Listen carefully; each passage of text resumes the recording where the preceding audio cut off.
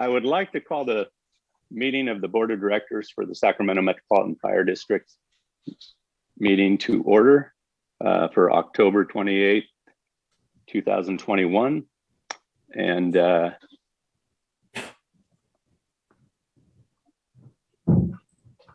Madam Clerk, will you please call the roll? Yes, Director Gould. Here. Wood. Here. Sheets. Here. Jones. Here. White. Clark. Here. Sailors.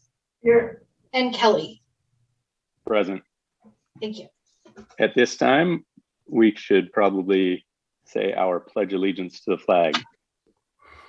Please excuse me for not rising. And repeat after Director Delman Clark. I pledge allegiance, to the flag, of the United States of America, and to the republic for which it stands, One nation, under God, indivisible, with liberty and justice for all. Thank you, Director Clark. You're welcome. All right. The Metro Cable announcement. The open session meeting is videotaped for cablecast on Metro Cable 14, replay on Sunday, October 31st at 2 p.m. and Monday, November 1st at 6 p.m. on channel 14, webcast at metro14live.saccounty.net. We have a public opportunity to discuss matters of public interest within district jurisdiction, including items on or not on the agenda. Are there any speakers, Madam Clerk? I did not have anyone contact me in advance, but is there anyone present in the boardroom? Any public comment? Doesn't look like it. And then Art, if you could just unmute all attendees and give them the opportunity should they so choose. Yes, attendees, you have the ability to unmute yourself if there's anything you'd like to present to the board at this time. Seeing none, we will proceed. Seeing none, hearing none, we will proceed. All right, moving on to the consent items. We have a consent item number, where is it?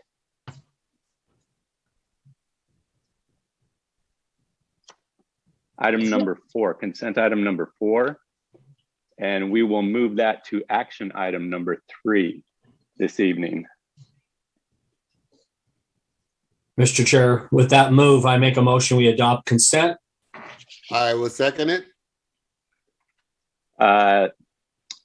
Okay. We have a motion by Director Gould and a second by Director Clark. Madam Clerk, will you please call the roll? Director Gould. Aye. Wood. Aye. Sheets. Aye. Jones. Aye. White. Aye. Clark. Aye. Sailors. Aye. And Kelly. Aye. Motion passes. All right then. That will cover the consent agenda except for item 4. And then we will move to action items. We have a ratification of the resolution to extend the teleconferencing of board meetings. And this has been discussed amongst the directors at previous meetings. And I understand that we need to further ratify this in order to comply with 30 days of consideration. Does anybody else need to discuss this matter? Mr. Labra, are you interested at all? I'm interested in it. Yeah, it's just basically under the new statute that's in effect, in order to continue to do the meetings by teleconference the way we're doing it now, it has to be basically voted on and renewed every 30 days upon a discussion and based upon a feeling that there's an imminent risk to the health and safety of board members and attendees if the matter should be just held in public. So really that's what it's up for. We're gonna have to continue to do these every 30 days until such time as the tide is turned on the pandemic. So, Mr. Chair, I make a Before- motion, we adopt the ratification of the resolution. Thank you, Director Gould. I second. We have a motion and a motion by Director Gould, a second by Director Sheets, I believe. Madam Clerk, will you please call the roll? Director Gould, Aye. Wood, Sheets, Jones. Director Jones, you're muted. Aye. Director Aye. White, Aye. Clark, Aye. Sailors, Aye. and Kelly. Aye. Motion passes. All right, moving on to item 2. It is the fiscal year 2021-22 budget amendment for the general operating budget, operating fund 212A and grants fund. Ms. Castleberry? Hello, everyone. Bringing a budget amendment to you tonight related to our fiscal year 2019 Assistance to Firefighters grants. If you remember, that is for our fireground survival training. How that contract worked is that we had a contract with IAFF to provide that training, and part of the contracted cost included some equipment related to the training. One of those things was a trailer and then also some mobile props. And because those things are technically capital assets, we had to assign a value to those things. Because we had to assign a value to those things, we actually do have to accrue tax on those items. So even though the contract was a lump sum contract, we had to accrue tax on those assets. So this amendment is to add the tax portion of that project from the A fund into the G fund. Depending on how the cost for the program goes, ultimately, we can try to recoup these costs if there are unspent funds at the end of the training program, at which point we will, Marie and I will, try to recoup those costs. So we are going to track that. But at this point, we do have to transfer those funds out of the A fund into the G fund to cover this cost. So with that, I will take any questions, but other than that, we would recommend that you approve the budget amendment. The total amount being transferred is $4,709. Are there any questions by board members? Seeing none, I would entertain a motion. Mr. Chair, I make a motion that we adopt the 2 resolutions of fiscal year 21-22 general operating fund 212A and grants fund 212G as described. I'll second. Second. Thank you, Director Gould and Director Sheets. I think you were ahead of Director Clark. So, Madam Clerk, motion's been made and seconded. Would you please call the roll? Director Gould, Aye. Wood, Aye. Sheets, Jones, Director Jones, Still muted. Aye. White, Aye. Clark, Aye. Sailors, Aye. and Kelly. Aye. Motion passes. Okay. Ms. Castleberry, will you also be handling the notice of award on the AFG 20 cardiac monitor defibrillators? Oh, that's item that we moved. I'm sorry. Yeah. Item 3, please. Yes, so as you know, we accepted a fiscal year 20 Assistance to Firefighters grants in September for the purchase of 90 cardiac monitor defibrillators to replace obsolete equipment. So this is a notice of award to Stryker to provide the replacement units. We were able to utilize a cooperative purchasing agreement through the SAVIC buying group, who administers the competitively bid projects and puts them out to bid. Fair and open competition, it meets all the requirements, and basically you get a little more buying power that way in a cooperative purchasing agreement. So we were able to utilize that contract in order to make this bid award. The total anticipated cost is $3.7 million, with a federal share of just shy of $3 million and a district share of $748,000. We are pursuing a trade-in for our existing units. We're just waiting on approval back from FEMA. We have submitted that to FEMA. Our previous units were grant funded, and so we have to request disposition of those assets and request that we're allowed to use them as a trade-in. We anticipate that that should be approved, but we have to wait until we get that official approval back from them. Once we do receive that, Stryker will give us a trade-in credit valued at $540,000. So that will bring the total purchase price down to $3.1 million, of which our portion of that would be $121,000, which would allow us a little bit of unspent funds on our AFG grant to pursue some additional potential AFG eligible projects for this year.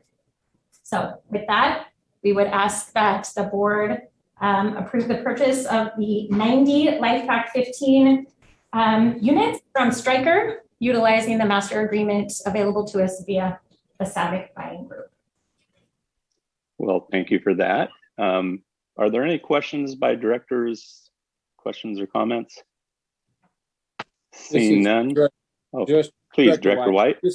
Just a comment. I'm glad to see the district using the cooperative purchasing agreement to just ensure to our constituents who we serve that we're getting the best possible price on these units, because it's a pretty significant investment in our infrastructure to provide medical services. So I do appreciate the district's efforts to ensure that we get the best price and the trade-in value on the existing models to reduce the district's overall cost or expense of upgrading these monitors. So thank you for that. Thank you, Director White. Are there any other questions or comments? Mr. Chair, I make a motion that we approve the purchase of 90 LifePak 15 version 4 units from Stryker using the 2020 AFG award. Thank you, Director Gould. Okay. And we have a motion by Director Gould and a second by Director Sheets, I believe. Madam Clerk, will you please call the roll? Director Gould? Aye. Wood? Did I hear you? Aye. Sorry, thank you. Sheets? Aye. Jones? Aye. White? Aye. Clark? Aye. Sailors? Aye. And Kelly? Aye. Motion passes. Very well. Moving on to public hearing. Public hearing item number 1 is the division redistricting, and we have a recommendation to conduct a public hearing to review the Sacramento Metropolitan Fire District's Board of Directors division lines draft map proposal. And gentleman, Mr. Thompson Fisher is here. Or Mr. Jacob? Thompson Fisher, yes, absolutely. Thank you. I do not have a specific deck presentation for you this evening, but I do thank you for having us here. I am here to actually listen tonight and to take your feedback and public feedback on the draft map that has been provided to you for review. If there are any outstanding questions, concerns, needs, or amendments that are needed, I'm here to listen, take those in, and bring those back to redistricting partners for us to do additional work on your maps. Thank you. Of course. Did everybody have a chance to review the maps that were distributed? Are there questions or comments relative to what you saw on those maps, et cetera? Mr. Chair, I have a question. please go ahead. In the fact that we're in a public meeting, holding this particular redistricting meeting at this point, can you explain to me how the public is gaining access to the proposed maps? Where are they going? Where have they been able to go to take a look at the tweaks that were potentially made since the last presentation to the directors, and incorporating in any of their comments? Where does that map reside, since we don't see a deck tonight, for them to see it visually? That may I be would to be on- staff, certainly. Yeah, so Jacob, thank you. The Director Gould, we've had on our website a redistricting title that the public can go to since we started in, I believe, September of this year. And the new map, the proposed map that the directors saw at the last meeting, was placed on the website with information about the public hearing this evening, so that they could attend should they want to or have comments. And in September, when we posted that information, it also provided contact information so people could provide their own ideas on if they had, specific redistricting they wanted done, or information that they wanted to provide to the directors in advance. As such, I have not received anything from the public, but it has been made available on the website since we started the process. Great. I just wanted to make sure we got that on the record, so that given this environment where we normally would have many, many copies of those floating around, Right. that the public has been given ample opportunity to gain access to these, so we can't be accused of gerrymandering, which seems to be in the news lately. The second issue is, were there any substantial changes made to the versions that we received in our last meeting and were asked to make comments about? Because I have not seen an updated version, if there is one, personally. Thank you very much. That's a good question and a great point to bring up. This is actually the point at which we intake those comments. So we make sure to intake them in a public setting as much as possible, so that those amendments that you are concerned about presenting, the public also sees where those amendments might be coming from. Much as you are voicing a concern about the potential appearance of gerrymandering or appearance of some sort of gaming of the system, our goal is transparency. So in attempting those comments and feedback about any amendments or adjustments to the map within the timeline and scope of public hearings, what we're attempting to do is make sure that if there are any changes, they occur once the public has an opportunity to see what the requests are. And then that means, in more concrete terms, what you see and what you have seen is what currently exists. We have not made any changes to those drafts yet. We have not taken in, or we say ingested a lot. We haven't brought in any suggestions or changes yet, with the intent of making sure that we compile them all, we bring them all in, and we make all those changes in as open and straightforward a way as possible. Okay, thank you for that. So I assume that what will happen is the closing of this public hearing will then close the opportunity to have conversations from the public side of this proposal, and then the directors will see a final version of the district's boundaries, of individual district boundaries, so that we can make a motion in open session for the adoption of those districts moving forward. I believe part of that is more almost a parliamentary question that maybe should go to staff. But from an operational perspective for us, yes, the bulk of that process is what we also consider the standard process. So can we assume in our next board packet that will be coming up to to our holiday season, that we will see that and be able to take action, so that moving into the next year, we will have solid district boundaries? Director Gold, this is Jeff Ryan. I'll take that. And your previous, everything you've described is our intent. Okay. Today, we hope to hear feedback from the directors and any public. Our intention for the next board meeting is to get those finalized, quote unquote, district boundaries to you, and then essentially adopt them at the next board meeting if this process goes tonight. Thank you very much for that. That not only gives, I think, the directors a timeline, which I think is reflective of what we talked about 2 weeks ago, where we had a very short timeline to look at those and get feedback in, but it then also describes for the public, should they want to show up to the next meeting in whatever format, that they can do so, because these are pretty critical lines and play a big role in our voting process. And so thank you, Jeff, for that update. And thank you, sir, for giving us your feedback as well. Thank you. Thank you, Mr. Chair. You're welcome. Any other comments from directors? This is Director White, and I'd just like to make a motion that we adopt staff's recommendation for a public workshop on the district's line division mapping proposal. I was second. I don't believe we needed a motion necessarily. Oh no, it's a presentation. It's a presentation item. President, And if I may, please can we go ask ahead. for public comments? If I think the board has asked, Right. provided all their comments, I would like to send it out to everybody for consideration. Jeff, please tell me that again. We'd like to hear or receive public comments if there are any regarding this issue. Gotcha. So this will be the public's opportunity in the next 2 weeks to comment, et cetera. If they were concerned about this item, they may have made comments previous to this. And next meeting, is this correct? Next meeting, we will be presented with proposed maps that we're expected to vote on and approve. Yes. Okay. Jeff, is it the next week or tonight? So tonight we'd like to receive public Public comments. comments right now, Correct. and then we adjust from there, Yes. correct? Okay, correct. so tonight is the public comment session. Yes.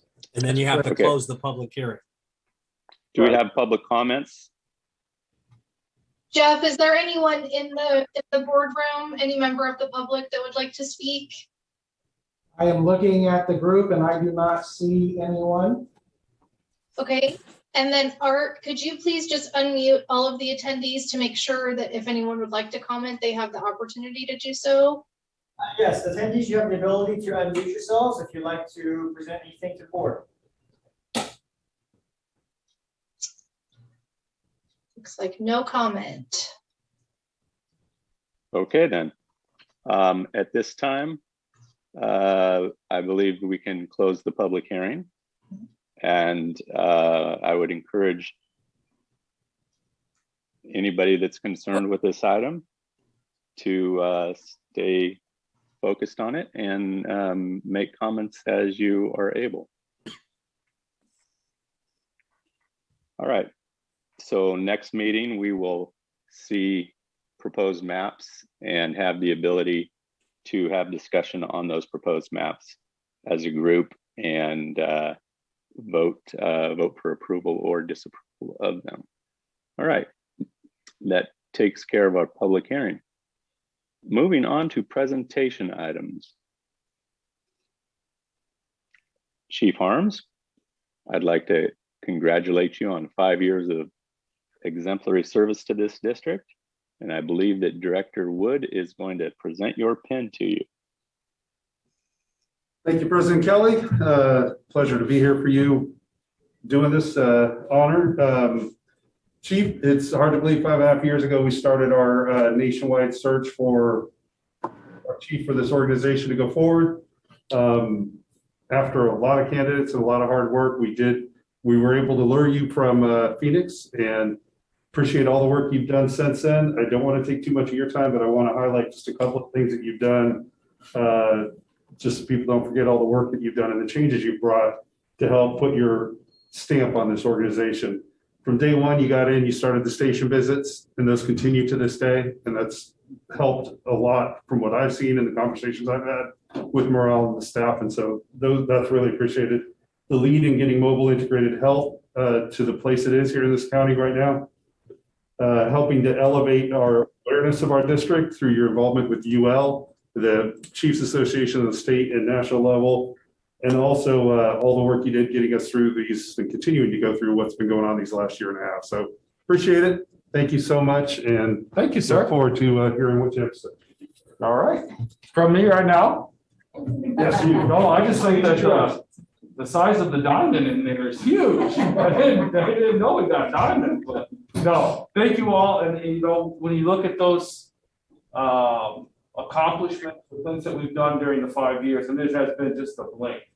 But it really is all the folks that are here that work in the building that deliver service every single day out there that really, all you have to do is let them go, give them some boundaries, and it has been outstanding on that side of it. But also the support from all of you on the board has been just tremendous. And I try to meet with all of you. We've kind of stopped with COVID, but then getting back together, having conversations, and I see the passion that you all have for the district and for the service that we provide each and every day. And at the end of the day, that's really what it's all about, is the service. So thank you very much. Thank you. And Chief Harms. Yes. The diamond for 10 years is really big. So you should stick around and see that one. Just another 5 years is all it takes. All right. Moving on to the strategic plan update. Mr. Fry. Yes, sir. Thank you, President Kelly. As you said, I'm here to present the update on the 2024 strategic plan. Before I start my comments, I'm going to turn it over to Chief Harms to kick us off here. Thank you, Jeff. You know, with the pandemic and everything that's been going on, some days I think all we look at is just what we need to do today to get to tomorrow. Long-term planning for a little bit was about a week. And then sometimes we got out to a month. But, you know, what we thought, and you all with the direction, is that we have to keep the strategic plan moving forward. It's like we just said a second ago, 5 years goes by and it's just a blink. 2 years with COVID almost coming up has gone by. So there has been things that we've been able to accomplish. In the past, we've done a retreat where we've gone through each one of these things. With the Zoom, everything else, we asked Jeff to give an overview.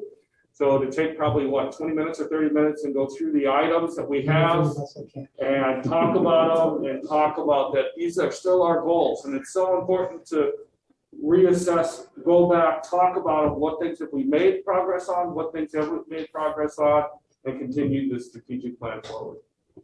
So hold on tight. Hold on tight. Here we go. Fast. Art, if you don't mind, can you pull up the presentation and go ahead and move on to the next slide? But first, I just want to take a moment and just recognize the hard work of the men and women of Metro Fire. Wow, I have the pleasure of presenting this tonight. This really is a lot of hard work from dedicated people. And it's really given me a proud moment. I hear Chief Harms at the end of every address to the membership, thank them for all the hard work. And I think putting this together gave me that view from Chief Seat, and I certainly appreciate all the work that's been done. So my approach tonight is going to be a little bit different, a little bit unconventional. You're used to this document that we created 2 years ago, which highlights each of the focus areas, and at the end has the objective stated in this table format. So I'm going to present this in a slightly different format, reorganizing it, and presenting this entire thing as a planning process for organizational improvement. And for agencies, public and private, and businesses engaged in service delivery, on the academic side, people talk about a golden triangle, which is a planning piece to describe how to improve service delivery. It's pretty simple. It's people, processes, and tools. And how do we describe the relationships between those three areas and put it into a better service delivery model? So I'm going to use that format tonight to take you through the strategic plan and kind of tie all this together in a kind of a continuous way. So there you have in front of you the 5 focus areas that the board focused on in the workshop.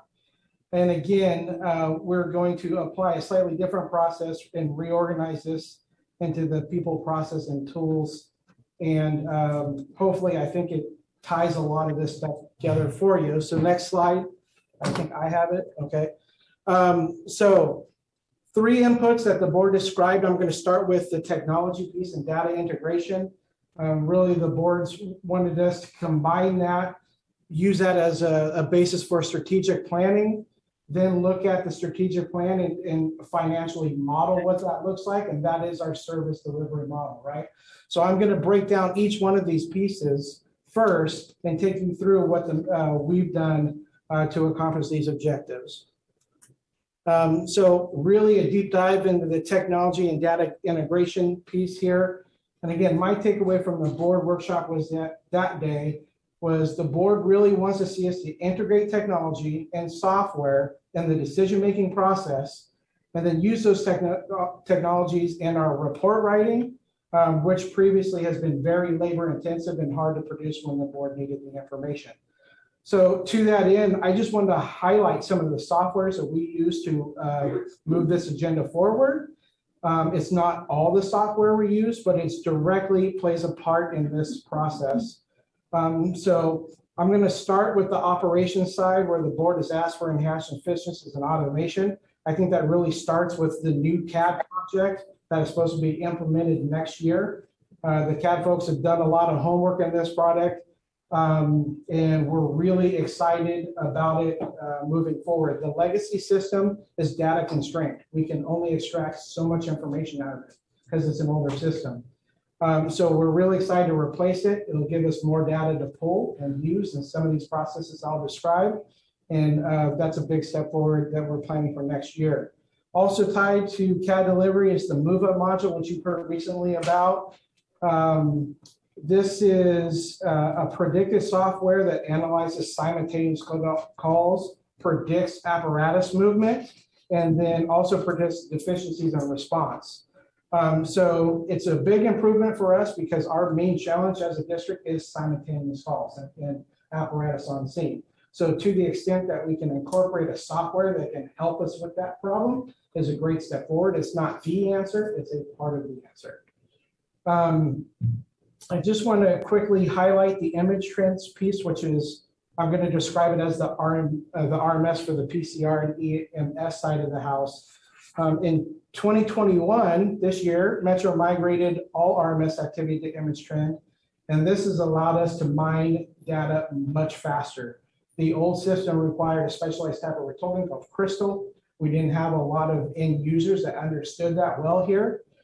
Chief Law has taken all of this and moved it progressively forward, and to that extent has brought back Brian Benson to work on a lot of reporting issues, but also to start looking into the APOD issue specifically. And that information, I believe, is getting up to the chiefs and being used in the IMSA discussions even today. I also wanted to highlight the Deccan piece. Here we have CAD-A, Atom, and Optimizer. All of these are largely predictive tools, and we've used it more than ever. And I'll just give you 4 examples. If we added 4 new medics to the system, where should they go? If we had to brown out apparatus due to staffing issues, where would those brownouts have the least impact on the system? If we apply for a SAFER grant, where should we utilize those additional staff? And what is the best location for a new station in the Rio de Oro area? Those are just some examples of how we used it this year, and we plan to really move that forward next year in 2022. Finally, you've heard me talk about Intera. Intera is what I'm calling is an aggregator of information. So it is taking information from the CAD system, from the RMS, combining it with all other data sources we get from the county and other people. And we have a lot of information at a tip, but we can quickly run impromptu reports. It has dashboards built into it. There's operational functions and performance tools.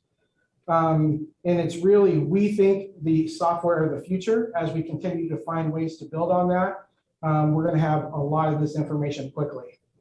I do want to make a quick note. I missed it. You see the green text here. That specifically cross-references the objective in the strategic plan.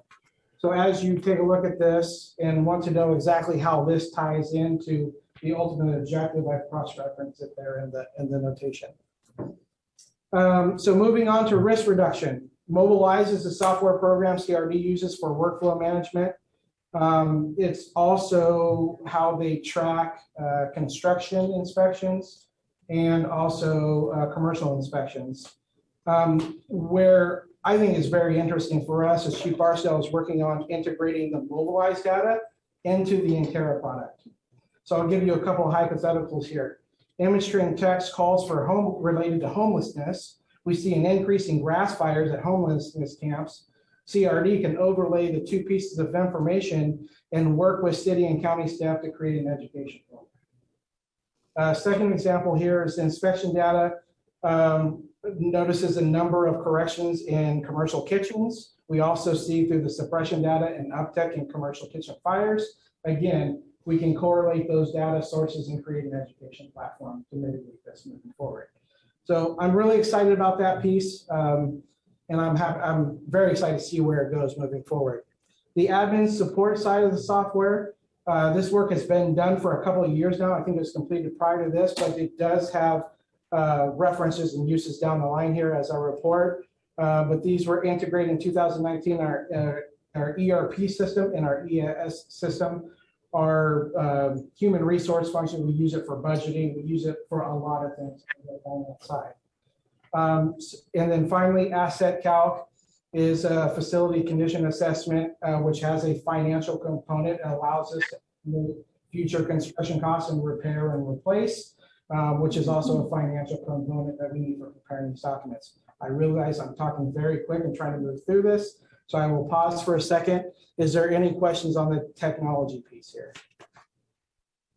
Do any directors have questions regarding what Mr. Fry has covered so far? Thank you for pausing, Jeff. I think you're clear to go ahead. So we'll jump straight into the next piece. Can you help me out with this slide? All right, I'm having troubles here.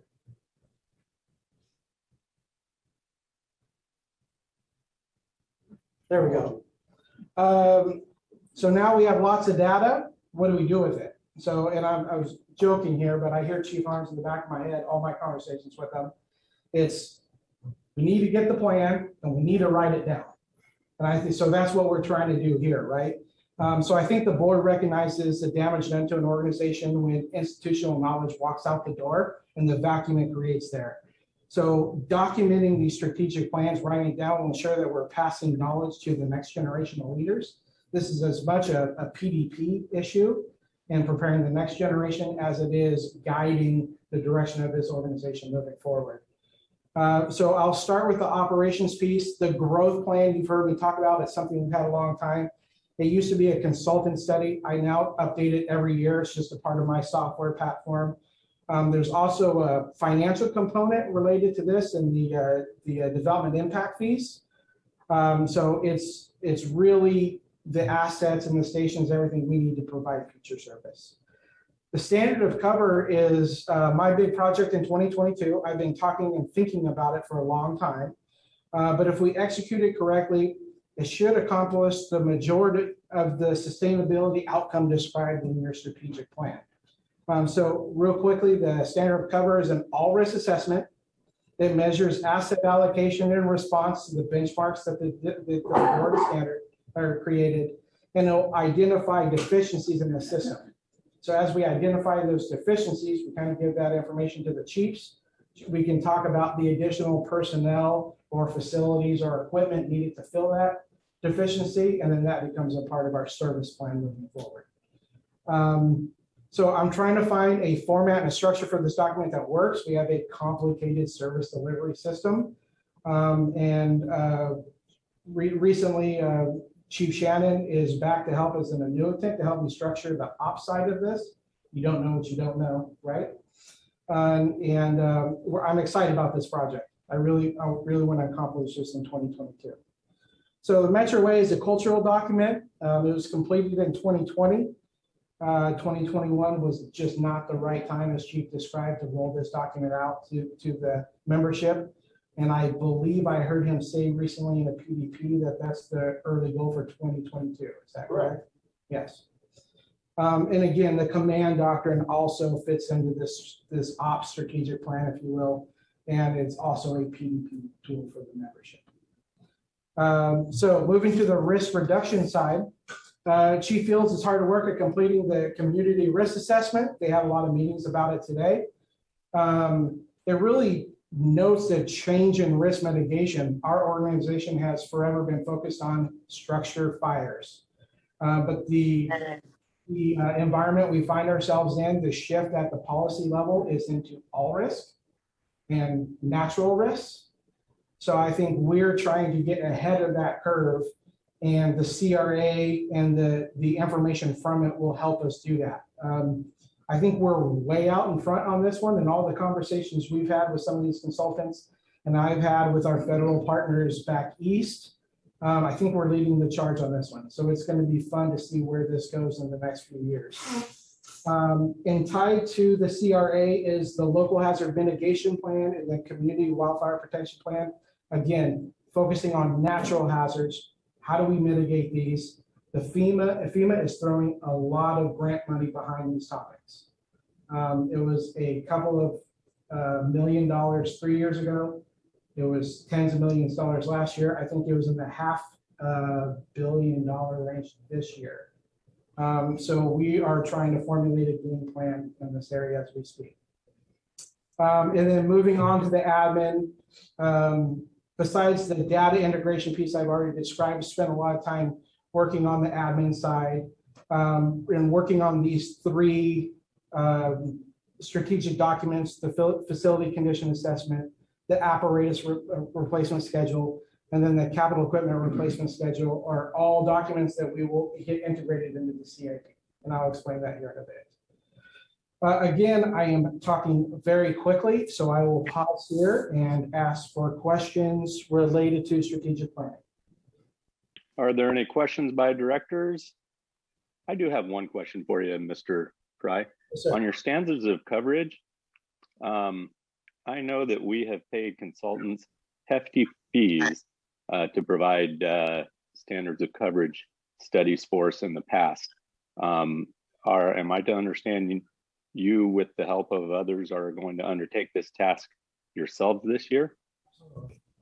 I think standard of coverage come in many forms and many variations. I think fundamental to the question for us is, how do we move the service forward? And I think Metro Fire is the only organization that can answer it for us. All right. Yes, it is a big list, and we have a lot to learn, and we need to learn how to integrate data. But once we figure it out, we'll always have that capability in-house, and we'll always be able to adjust to whatever situation we find ourselves in. So I actually, all right, something we have to bring in-house. Thank you very much. I appreciate that.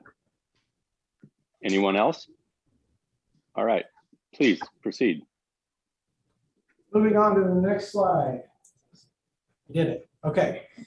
So third component, we have integrated data, we have strategic plans. Now we have to figure out how to pay for it. So in the board document, you ask for a catalog of sources and processes to access revenue. So I've essentially taken that request and accomplished it right here in one slide. So these are all the revenue sources in parentheses. It's kind of how it works. And then in the call outs are when and how we've used all of these to move forward. And I'll start with new revenues. Chief has, and we have talked about as staff about the special tax or benefit assessment to recognize the shortfall we have on our capital side. The marching orders we got about a year ago when we talked about this was we had to exhaust all our other opportunities. We had to leave no stone unturned. And then we needed the strategic planning. We had to fully encapture what the true need or cost was. So I think you can see by my presentation tonight, we're getting very close to that. And I think once we have all this information and data, then we can start to have those conversations again. The community facility district, CFD, sometimes called Mello-Roos, is an opportunity to collect dollars on the operation side, but also on the capital side. There are some pretty big downsides to this. It has to be negotiated in conjunction with new development during the entitlement process. The landowner does not necessarily have to pass this on to the end user. This was new for us. I brought it with me and had many conversations with Chief Harms and others about this. We implemented it in the Jackson Highway Corridor Plan. So 3 of the 4 landowners in that project have agreed to pay our projected shortfall on the suppression side. So to the extent that the property tax we're collecting does not cover our cost to provide the service, all the lenders agreed to put money into a pool to pay our shortfall until the shortfall clears up. And we've used financial projections to be able to run all that. Grants, happy to report I was on a phone call today with FEMA and the grants directorate, asking a lot of questions about where we go from here and what are we doing right. I think by all indications today, we are doing everything we are supposed to be doing, and we do it well. So I did have a couple of questions related to future mitigation projects. And again, I think by the conversation I had today, we're well out in front on that topic. I will bring up consolidations here, and it is red. I would like to ask the board to move this. And my recommendation is to move it to the service delivery side. Now, quickly reference a conversation we had. Four Chief Arms took one for the team when we met with South Placer to see if we can find some opportunities for efficiency and some kind of form of collaboration. A very sophisticated, smart citizen on the Placer side went to our website, found this document, and stated to the entire group on the public call there that Metro Fire, per their strategic plan, is only interested in us as a new revenue source. Chief Harms didn't have the heart to tell her that an $8 million budget really isn't going to do much for us as Metro Fire. But really, this issue is related to service delivery and finding efficiencies to create a better service. So I'd like the board to consider that. I will move on to current revenues. The development impact, well, I will start with ad valorem, property taxes, Prop 1380, and all the changes. That's really settled law. I don't know that we're going to get anywhere with any changes there. The development impact fees are updated as of 2021. We're still in the review process. We maxed out. I added every project I could think of for the next 40 years of that thing. So I don't know that there's too much more to gain there. And then the fees and charges, the inspection fees, medic fees, inspection fees on the risk reduction side are being updated as we speak. And I know the medic fees were recently updated. So that's our current revenue piece. Future projections, I do want to point out the cost allocation plan update in 2021 is a way for us to allocate indirect charges overhead to areas of business where we do collect fees and charges. So it's like this. And the reason I bring that up here is the way I see the state moving in revenue and fees for service and charges is there has to be a direct A to B connection from the service being provided in the cost. And most of those directives actually include or call for a cost allocation plan. So we are a little bit ahead of the curve here again. And then the CIP is something we've all talked about. I go into it in depth here in a second. So with that, let me check my notes. And again, a very dense slide, so I'll pause and ask for questions.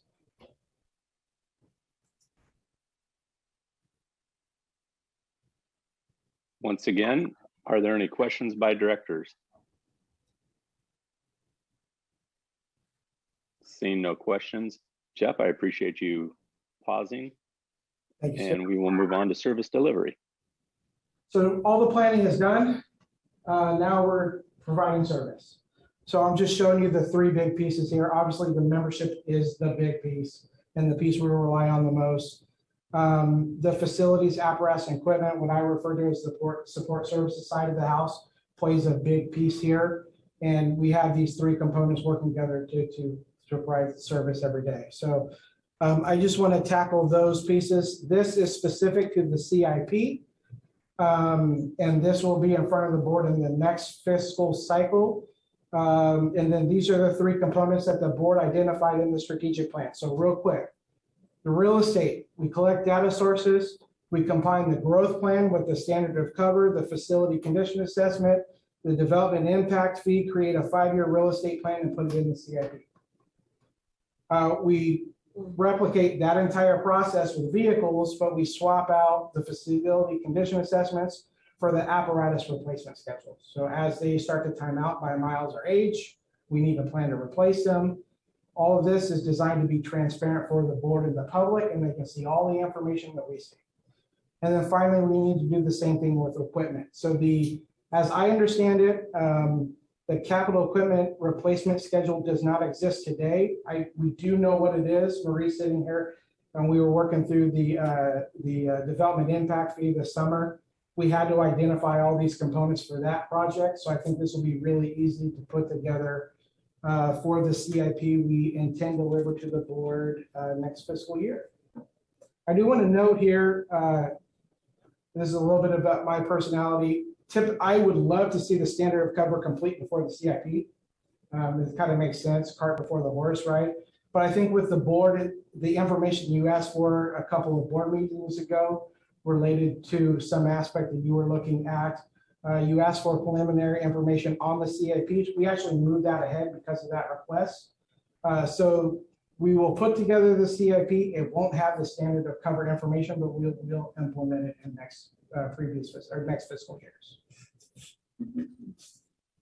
So with that, I'm just going to jump straight to the member side. And really, I think this was the board's focus in the strategic plan. I think the board recognizes the membership is the most important asset Metro Fire has. It really is our service delivery mechanism.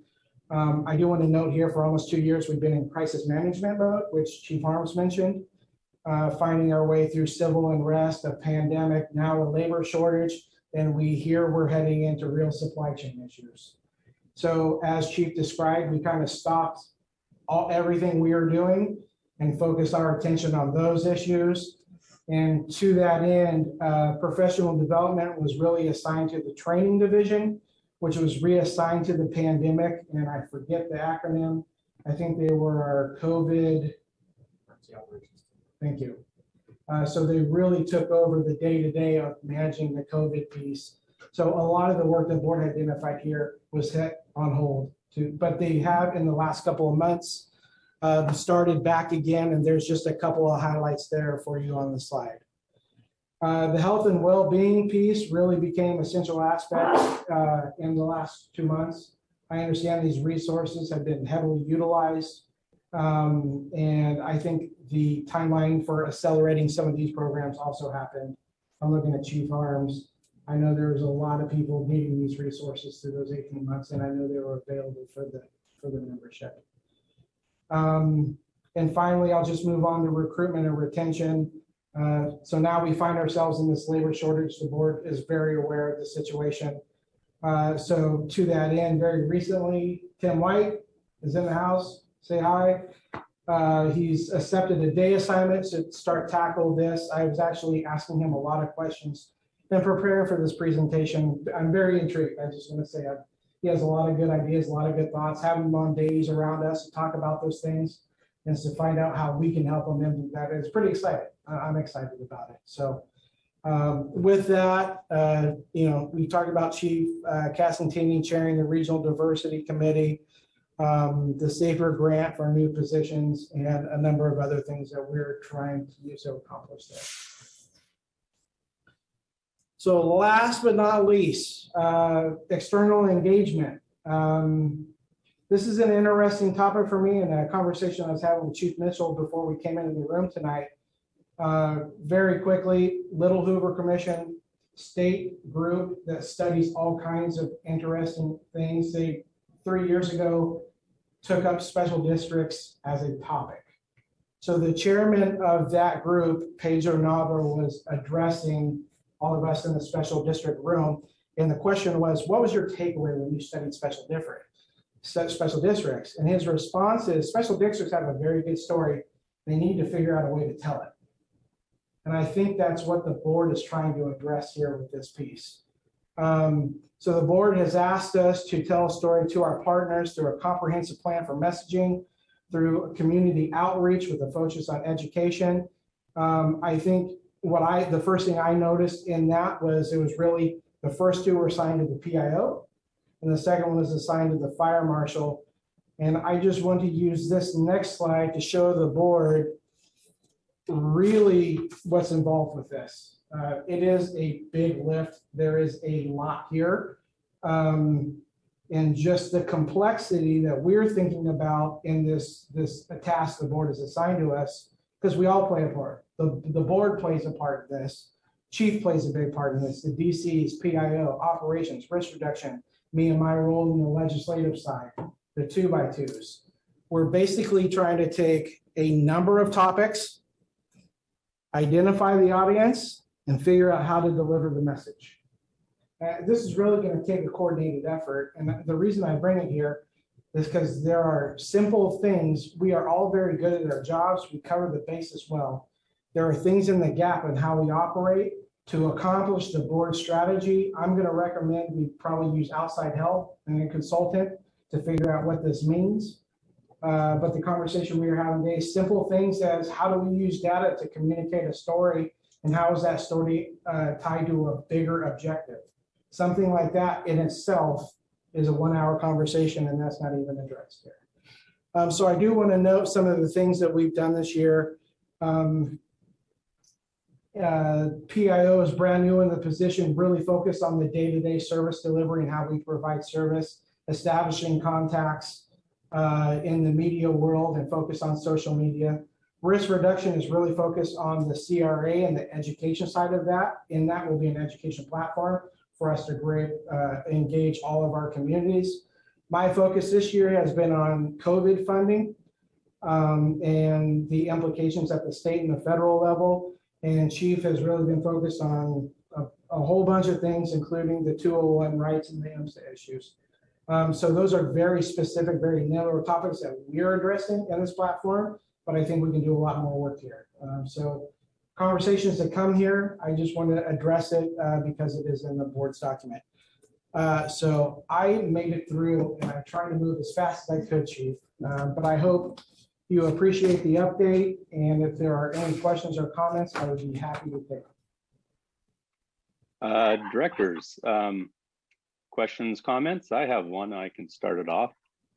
In that last slide that you had, Jeff, sir, I think the board of directors should be on the top, and there should be an X on just about every line that is traveling horizontal there.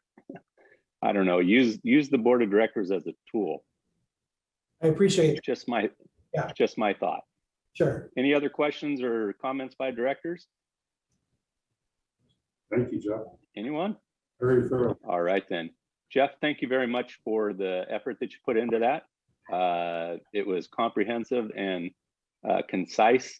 Thank you for your report and your presentation.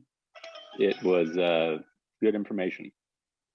And I look forward to watching the district undertake these items and improve our delivery model and working environment for our employees.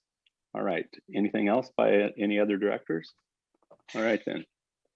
Moving on to anything from the senior staff. Everybody's good? All right. Moving on to reports, the president's report. I have nothing to add at this time. Fire chief's report. Chief Harms. Thank you, sir. Jeff Fry, where'd you go? Come on, buddy. Come on. You did it. Come on, get up here. That's an order.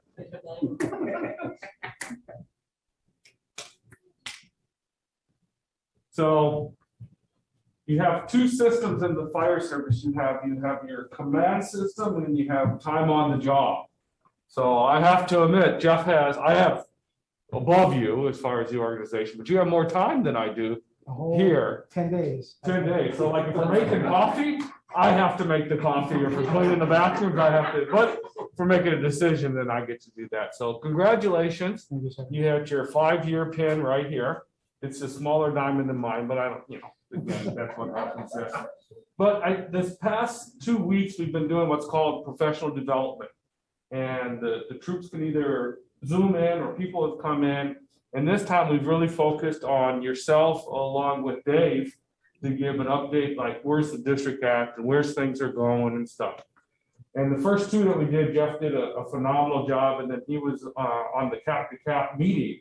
And so you weren't able to do the other one. We looked at each other and said, well, we can't do what he did up there. So we're going to we took the videotape and then played you on the videotape today and used the same questions that were there before on that portion of it. But I thought what was really neat today was one of the people in the audience asked, what are we going to do when we lose Jeff? And it was like, well, we're not losing Jeff. And then I offended Dave today too, because I said, they leave, and Dave may leave in a few years, and Dave's like, you're getting rid of me already? But I think, that change happens in the organization, and one of the things that you and I had talked about was our ability to write the plan down. And like when you talk about the standards of cover, and Director Kelly, you brought it up about we hired somebody. A lot of times they come in, they hire them, they give you that plan. We have ours from 2012 or something, and it's on the shelf. And the system is just so dynamic. Think about the changes that has happened since 2012 with coverage, and think about what's going to happen in the next 18 months and our ability to do that and continue forward. So you started each one of our sessions by coming and saying in the beginning, I wasn't real sure what my job was. And there was a changeover. If you guys remember, Larry Davis had left, Jeff came in, and we really did. I had came in, and it was our opportunity to figure out the legislative, the cap-to-cap, and how do we make these plans? How do we make these plans so that they're sustainable, long-term and stuff as we move forward? So congratulations. It's been a blink in the 5 years. We spent a lot of time together. Jeff comes by and knocks on my door and says, hey, you got a minute? And we sit and talk about this stuff or with the other deputies and stuff. So I'm not going to shake your hand because I do have a cold. Congratulations. And so step over here a little bit. There's a tradition that is in Metro, which we could care less about anything else that you're going to say thank you and all those things. But tell us something unique about yourself, Jeff, that nobody else in the place here would know about you. Can I just run out the door and say? No, I know you love this part of it. This is the best part of it. You knew this was coming today. You got to have something in there about you. I was hoping you weren't going to do this. Yeah, I know. Yeah. Something unique. Something unique. I actually got pulled on stage and remained in a box, a 2x2 box, the entirety of a show at Vegas. Really?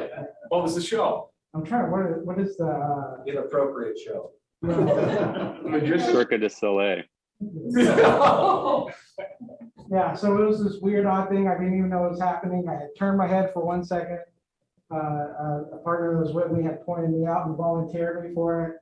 I tried to literally run through the back of the exit and jump, but they had pinned me in with all the bodyguards. And it was some weird magician show thing. All I know is I was in a box this big with a lock for an hour and a half. Oh. Well, thank you, sir. You're much better than I would on that. And congratulations on your 5 years. Thank you, sir. Yeah. Absolutely. I tell you what, I can't believe it's been 5 years. All right. I get to keep going. Sorry about that. I got so excited. A number of things going on. First off, I'd like to congratulate the captains that are going to be promoted on November 1st. Brett Randall, Michael Rowland, Greg Lynch, Kyle Gordon, Taylor Lohite, Eric Satch, Tim McNew, and Jared, what's his last name? Grider. So congratulations to that group.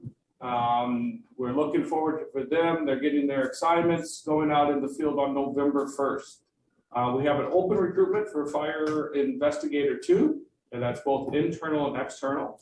Myself and the deputies have made just a number of station visits, going out to either having coffee or meals and sitting with the folks. As I mentioned, we finished up the first of the 3 meetings on the PDP. The training group has done one of those things from COVID is just an incredible job of being able to set up Zoom, being able to hear it, televise it out. Typically in the past for the PDP, the professional development program, people would have to come to headquarters. So we were limited on who could attend. I think we averaged about 40 connections, and a lot of those connections were stations on all 3 of them. And we're able to go through them, then videotape them and post them if somebody had a call or was off to be able to go through that. A lot of work has been going on with Parker, they said, with the cancer awareness engine, and then getting out to the county board of supervisors and taking pictures with the Rancho Cordova. Unfortunately, the turbo blew up, or it was going to be here tonight. And then one of the things, and when Jeff was going through and talking about communicating, I just think it's so important what we have been able to do with like the 2x2s. And so we had the Rancho Cordova 2x2 on the 20th, and then we just had the Sacramento County one with the Board of Supervisors. And the ability to sit down, and I'll just brag on everybody, because we all sit down ahead of time and go through and say, what are the issues? What are the things that we want to be able to do? As Jeff said, how do we tell our story? And we're getting much better at being able to take data, put data into a form that people can look at that is very easy. And probably one of our challenges is that as we look back and people want to compare to, hey, what did you do last year? Or what does that look like at 5 years ago? We got to keep doing this so that we can build it up. But like the county 2x2, and Edwards, who is now the county exec, afterwards called and commented on what a great meeting that we had. And a few years ago, I don't think I would have gotten that from the past seasons. I don't know if you would have been on it, but from the past portions of it. But it gives an opportunity for us to sit and talk. And like this last one is that there were some difficult conversations of things that we need to be able to move forward. But it really gives us a pathway to the supervisors and to the county exec. And the same thing with Rancho Cordova, being able to have those meetings and talk with their elected and with their city manager. And they're all, in the beginning, they were not there, and today they are. So again, thank you to everybody that plans those and puts them together, and for that communication and telling our story and communicating with our partners. That ends mine, unless somebody has a question for me. Chief Mitchell now with the ops report. Thank you, Chief Harms. Welcome, Chief Mitchell. Thanks, President Kelly. Good evening, directors. I'm here to give you your operations report for tonight, October 28th. A few items from ops. First off, we'll start with the storm update over this past weekend. I don't need to tell you all how much rain we got over that 24-hour period. It was a 250-year event. Record levels, obviously. I'm happy to report that although we had plans in place for complex incidents potentially, floodings, communications with our partners at County OES and things such as that, most of the incidents by and large were handled at either a single unit response or very low complexity. We did have a couple of incidents, but nothing long duration or high complexity as a result of that event. So we did see a significant increase, as you would expect, in non-medical responses. Typically, our balance of medical to other responses is heavily in the medical side. That flip-flopped that day, and we had some more responses for some of the things such as flooding, fallen trees, down power lines, and things like that. So we made it through that. And with that historic rain, I'm updating on the wildland season. This morning at 8 a.m. As a county, we have transitioned out of our peak staffing levels. So we're no longer, and really that affects what our dispatches are to grass fires. Our fuel loads here have actually, if you look around a little bit, have started some green up, which it's because of the rain that we haven't seen since, what was it, last March. So our fuels here in the valley, being those lighter fuels and the amount of rain that came, made the decision to move away from our peak staffing levels. But that doesn't mean that the equipment necessarily goes away other than 2 stations. The equipment's still on the stations. It changes our levels of dispatch for those types of incidents. As is always the case, if we need to modify those dispatches or we have a change in fuel conditions, we can reinstate what we have been doing all through summer. So that's a good thing for us. Obviously, throughout the state, we still see areas that are we're all under drought conditions still, and so we're ready to respond to those requests if we were to get those for out of area mutual aid or CFAA requests. So we're ready to go for those still. On the CERT front, we had 8 of our members that actually volunteered their time the day of the storm. They were standing by, ready to assist on any of those long duration incidents that we see, power lines down, things like that, that they have training for. So we did appreciate that. They did deploy out in the Citrus Heights area and helped us out on incidents there. Also at the beginning of October, we actually had 2 of our CERT members that reached the training to become level 2 members, which includes some additional training from FEMA, American Red Cross, a background check that allows them to function at a higher level. So if you look at CERT, that's great for us to continue to expand those abilities and those roles, allowing them to be, if there were an incident, be hired on as emergency disaster workers for any sort of event that requires that. And then finally, for the statistical piece, we ran 4,045 calls since our last report 2 weeks ago, or an average of 288 calls a day. Did I say 40,000 or 4,000? 4,000, right? Okay, good. I thought I way overstated that, but which is an increase. It's not that big, but it is an increase of 6.2%. And so we're still trending towards what we've been talking about, more calls for service. The increase we're seeing through the end of the year, still on pace to set those record levels for this year. And then our Fire Academy 21-1 is graduating here in this next week. We look forward to having those folks finish that training up and come out in the field. They'll hit the fire stations the following week. And that'll be a really big help for us out there in the field as we move through the holiday season. So good news there. And finally, a big thank you to our members out there in the field providing the service that they do every day. It really is appreciated, and they're doing a phenomenal job.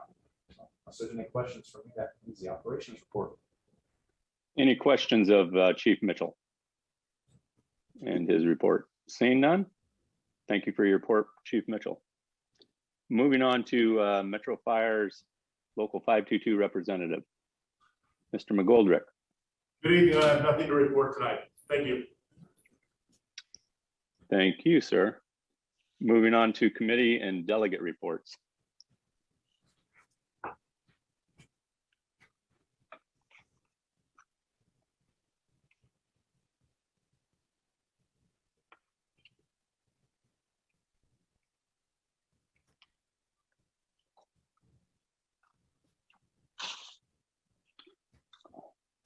Executive Committee, we have nothing to report.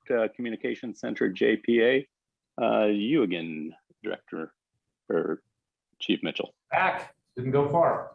Okay, in place of Chief Wagaman, I attended the special board meeting this past Tuesday, October 26th for the Dispatch Center. We discussed the Executive Director's position, the contracts, the rotation of that position, and an update to the Executive Director and nepotism policies. Happy to report in addition from Chief Bailey over there that we have 8 recruits that are graduating the Dispatch Academy tomorrow. So that'll help a lot with our staffing level challenges we continue to see at Dispatch as well. So that's great news. And as a reference before, when Jeff was talking about our new CAD system that comes online hopefully this next year, we have a number of folks that will be starting the training on next Monday, November 1st. It's a key project for us during our cutover to the command point CAD.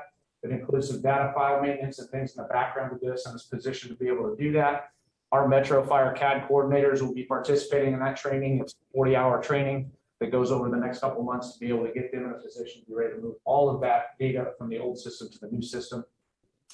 And then currently they're in the process of hiring 10 additional dispatch recruits with a slated academy in January of next year.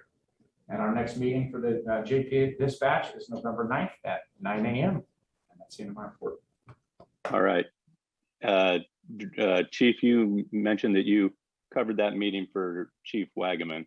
And at this time, I would like to acknowledge that he was involved in a serious accident. And I hope that he is recovering. God hope that he is not watching this meeting. But I wish the very best for his family and his health. Thanks, President. All right. Moving on to the California Fire and Rescue Training JPA, Chief Harms.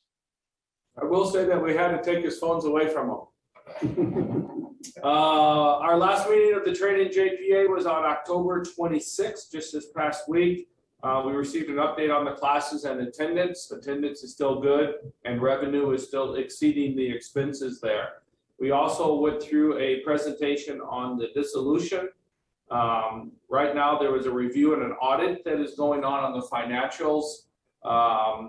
We have learned that unfortunately we are way behind. So we are just in the 2017 and 18 financials, and they had not been brought forward. We also learned that they are not following what we would term best practices. So we have a number of items that, working with our attorneys over there, that are outstanding, that will have to be cleaned up. One of the items actually is an outstanding item from 2011 when they dissolved the JPAs together with the city. That is still an outstanding item that has never been dealt with. So we're finding a number of things that are challenging for us, but we will work through those with our attorneys as we move forward with the dissolution. The one other thing is just the framework for a long-term plan for maintaining records is coming together, and the ability to take everything that is there and digitize it, so that there is, for people that have taken classes over the years, there will always be the opportunity to go back and receive a certificate or something if it was misplaced or lost during that time, which is so important for people that have gone through classes there. That ends my report for the training JPA. Thank you very much, Chief Harms. Moving on to the Finance and Audit Committee, Director Wood. Thank you, Mr. Chair. Today we had our Finance and Audit Committee meeting this afternoon. It was our new CFO, Dave Tools, first one through, and I hope you enjoyed the relatively relaxed pace, because our next meeting will likely be held by the fireball that is Director Orzali. Want to thank Matt Goss from CalPERS for his presentation, and my simple primate brain usually does not reproduce this well, so I don't mean any disrespect to all the people that work so hard behind Mr. O'Toole on this meeting, but I'll do my best to give some of the highlights from the presentations. Our CERT fund is presently about 17% funded and continues to grow thanks to our annual contributions.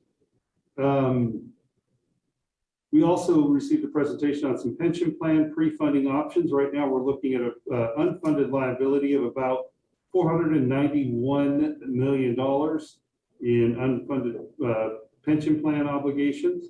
And so we did get a couple of options to address that given to us today. As of August 31, 2021, the 2 months for the our first 2 months of our fiscal year, we are following our trends and expectations generally, and we do expect our reserves at the end of the year to be right around 14.1%. And we do not have a next meeting scheduled, but one will be set, and it will be announced when it's set. And with that, I'm done. Thank you very much for your report. Or Director Wood, excuse me. Moving on to the Policy Committee, Director Gould. No report. No report. Moving on to the Redistricting Ad Hoc Committee, Ms. Sailors, or Director Sailors, excuse me. Tonight, you heard that we had our public meeting, and that so at our next board meeting we will present the maps, and hopefully we will adopt those as our new districts. That's my end of report. All right. Moving on to board members. What's your pleasure, board members? Do we deal with questions and comments now, or take care of those after closed session? Anybody care? All right, let's go ahead and run those now. Everybody go home. Yeah, good enough. Okay, board member questions and comments. I'll start with Director White. Well, thank you, Mr. President. First, I'd like to just congratulate both Jeff Fry and Chief Harms on their 5-year milestone. It's pretty significant. Also wanted to congratulate the captains that were recently promoted and the dispatchers that recently graduated. I did want to give my heartfelt thoughts and support for Chief Wagaman for a complete and speedy recovery.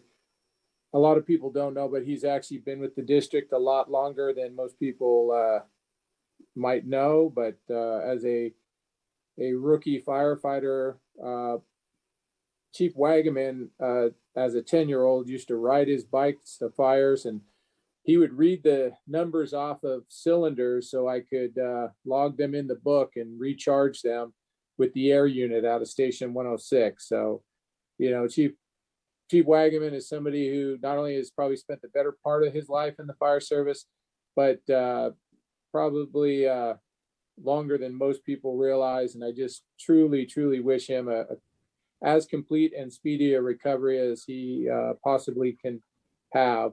And that kind of concludes my report. So thank you. Excellent. Moving on to Director Jones.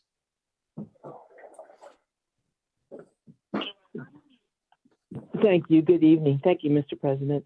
I would like to strongly echo Director White's comments. It's terrible luck, and I do wish Chief Wagaman as fast a recovery as possible. Acknowledging that is very, very important, as well as some of these successes. Let's get a positive thing going here. With the 5 years for Chief Harms and Jeff Fry, congratulations to both of you. Please keep up the good work. Tonight, Jeff, your presentation on the strategic plan was excellent. We really, really appreciate all these efforts. And folks, we all know this takes hours and hours and hours of teamwork. And that's what we need to acknowledge. In addition to that, the county 2x2s, for the county 2x2 as well as the Rancho 2x2 have been very, very good successes. We keep building on that relationship, just as the chief said. That concludes my remarks. Thank you. Thank you, Director Jones. Moving on to Director Sheets. Good evening. Thank you for all the presentations tonight. All the employees promoted to captain and all of the new recruits. Congratulations, Chief and Jeff, on your 5 years. And I too want to send my thoughts and my prayers for speedy recovery for Chief Wagaman, and my thoughts and prayers for his family as well. And that's Thank you. Director Wood. Thank you, Mr. President. Like has been said, just wish all the best to Chief Wagaman and his family. And so when he does watch this sometime during his recovery, if there's anything he needs or his family needs, he can speak up and let us know. We're happy to help. Beyond that, I'm informed that it's National First Responders Day, so happy First Responders Day to everybody, and thank you to all who work for us. And with that, I'll end. Thank you, Director Wood. Director Gould. Thank you, Mr. Chair. Dittos to all the comments about Chief Wagaman, especially a support for his wife and family as they journey with him through this process. I'd like the public to know that the Chief's pin diamond is actually a cubic zirconium, so they don't need to stress about that. And it's quite small. And then as we finish this evening, as we change seasons and we think about where we're headed, I'd just like to encourage all of us to take a few minutes and reflect on all of those people in our area that are far less fortunate than we are, and take a moment to reach out to them and make their life a little better, even if it's just for a day. Thank you, Mr. Chair. Thank you. Moving on to Director Clark. Yes, Mr. Chairman, I will echo the comments of my fellow directors. And I would also like to add my prayers to the speedy recovery for Chief Wagaman. It's unfortunate, but he's got all the support that he needs from us and more. That's all I have, Mr. Chairman. Thank you, Director Clark. Moving on to Director Sailors. Everyone has said exactly what I wanted to say. So I will just say congratulations on your 5-year pin, Jeff and Chief Wagaman. We're all praying for you, and I'm just going to say great presentations. And I'm just going to end right there and move on. Thank you. Thank you. Chief, I wanted to thank you for your service. 5 years has gone by quickly. And again, I consider your service to be exemplary. Thank you. I would also like to thank Director Mr. Fry for 5 years and congratulate him for work that is probably far greater than he had in his job description when he came to the district. And I thank you for everything that you do. And I know it's a lot for one person to absorb and then be able to speak eloquently on everything that's contained in that plan. So thank you again. Moving on to closed session.